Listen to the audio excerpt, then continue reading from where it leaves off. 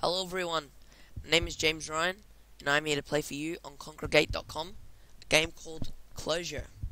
Hopefully, maybe you can hear the creepy heartbeats, but luckily for me, I can't because they just creep me out. But luckily I can't hear them because my volume is so low because the recording software is so high. So even though I won't be able to hear it, you probably will, so yeah, good luck with that. Scared me. Let's take a look at the achievements. Oh, hang on. Closure is being created by Glail Gamer. Description: this is the original Flash prototype of Closure.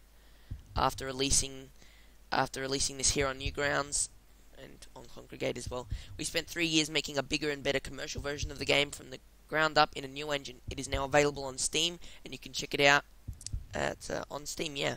So I'm gonna probably use this playthrough as a bit of an introduction and a lead into hopefully what will eventually be a full playthrough of the actual final game on Steam.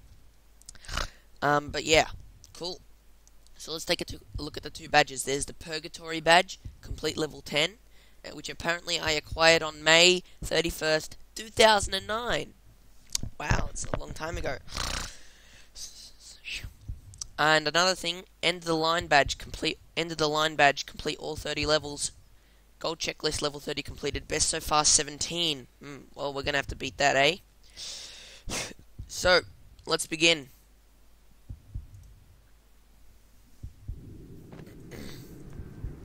Okay, so I've got the right arrow key. Interesting. And I can press the left arrow key as well. Okay, so just going through the motions. Got a light that's lighting up the ground beneath us. Yep. We're gonna go through this door.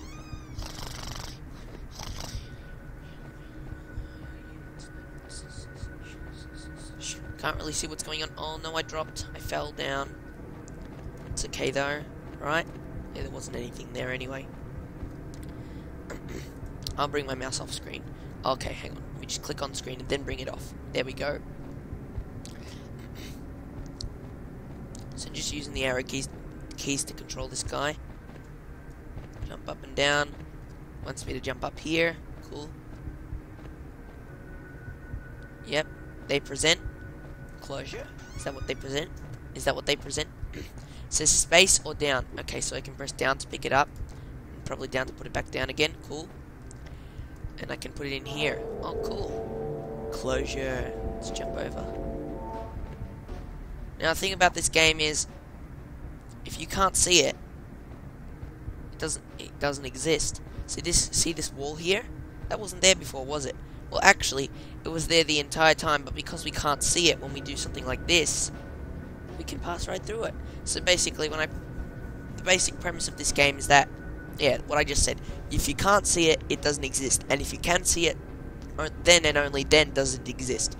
Even if it has been there the entire time, you need some sort of light source hitting it to kind of bring it into reality. You just did some kind of move there because I wasn't moving it. So another thing, when I put the orb into one of these structures, the rest of them light up as well. So that's pretty cool. So I'm gonna drop down here and grab this orb. And okay, let's put this in here. No. Let's just continue moving on. No. But in the middle. No. Okay, hang on. What am I supposed to be doing here? Am I supposed to fall down? Probably not. That's okay. Alright, let's see. Space. Yep. Space. Let's continue. Okay, got it. The door was here the entire time. So, let's continue. It says, don't get stuck. If you get stuck, K, R, or enter. So I'm guessing all three of those will reset my position or something. So I have to get over here. But the problem is... Actually, what's the problem? I don't understand. Oh, I need two light sources because the door isn't light up and isn't lit enough. So I need to get this one and bring them both over here so I can fully light up the door. There we go. Bam. Coolio. Come on. I'm trying. Oh yeah, and also these light sources that are in the level, I guess, from what I just did, seems like they don't exist until some light shines on them. But then once you shine some light on them, they exist, and then they, because they're shining light, once you move away, they still exist because they're shining light on themselves. I'm pretty sure that's not exactly how it's coded, but that's probably, the kind of story lore-wise explanation of it.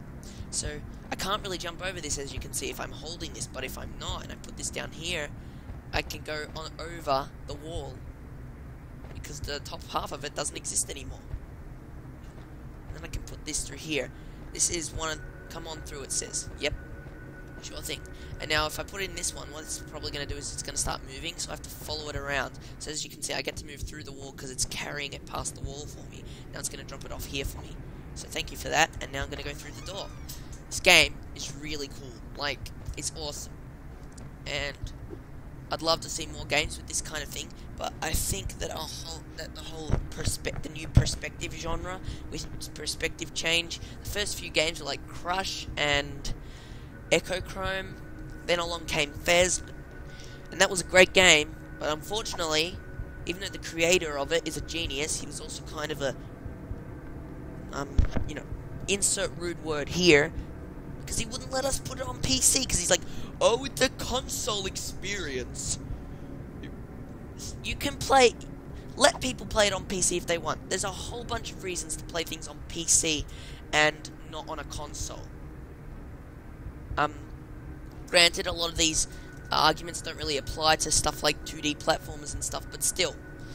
And I know there are a few things that would make your game incompatible with PC, such as the reliance on controller vibrating, but you can still make a computer game a console experience. All you have to do is plug in a controller. Sure, it costs money, but wouldn't you have to pay that money anyway if you were doing it on an Xbox console or a PS3? And then that way people can enjoy the vibration features, or, whatever, and the console experience, the so-called console experience. And even then, surely you can put a tiny bit of effort in to make your game more compatible for a PC audience. Just replace the vibration features with some type of screen features. I know you can choose specifically how you want it to vibrate, like left or right. Just make the screen shake left or right, People will get the idea. It's pretty easy to figure out how to do that. So Fez is a cool game, but it kind of messed up there.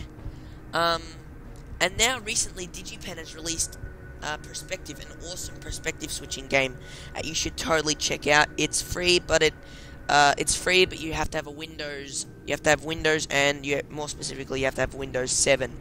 I wanted to play it, but I couldn't because I have Windows XP and it doesn't run on my computer.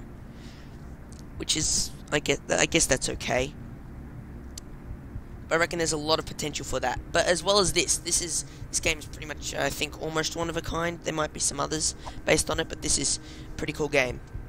And I came up with an idea for having a perspective switching game once, but then when I tried to think about how I would implement it, I came up with some problems. And then with Perspective by DigiPen, I just thought, whoa, amazing! They've done it. They've done what I wanted to do. But when I think about it, they kind of done it a bit differently, and I could still probably make my game, even though it's probably not going to be, it's not as an advanced concept as theirs was, with the total freeform. Whoa, what's going on? Let me take that out. Total freeform perspective thing, but still. And I also had another game for like a runner style perspective, where you could switch perspective during the runner to make things easier or harder and stuff. And also sometimes you'd have to switch perspective in order to avoid an obstacle. It would basically switch from 2D side-scrolling perspective, like in Bit-Trip Runner, to a top-down perspective, to a top-down perspective. So in one you would be moving constantly to the right, but you'd have to jump up and down, and the other one you'd be constantly moving forward, but you'd have to move left and right to avoid the obstacles, and you would be switching between these views. I think I should make that. Join me as I make that.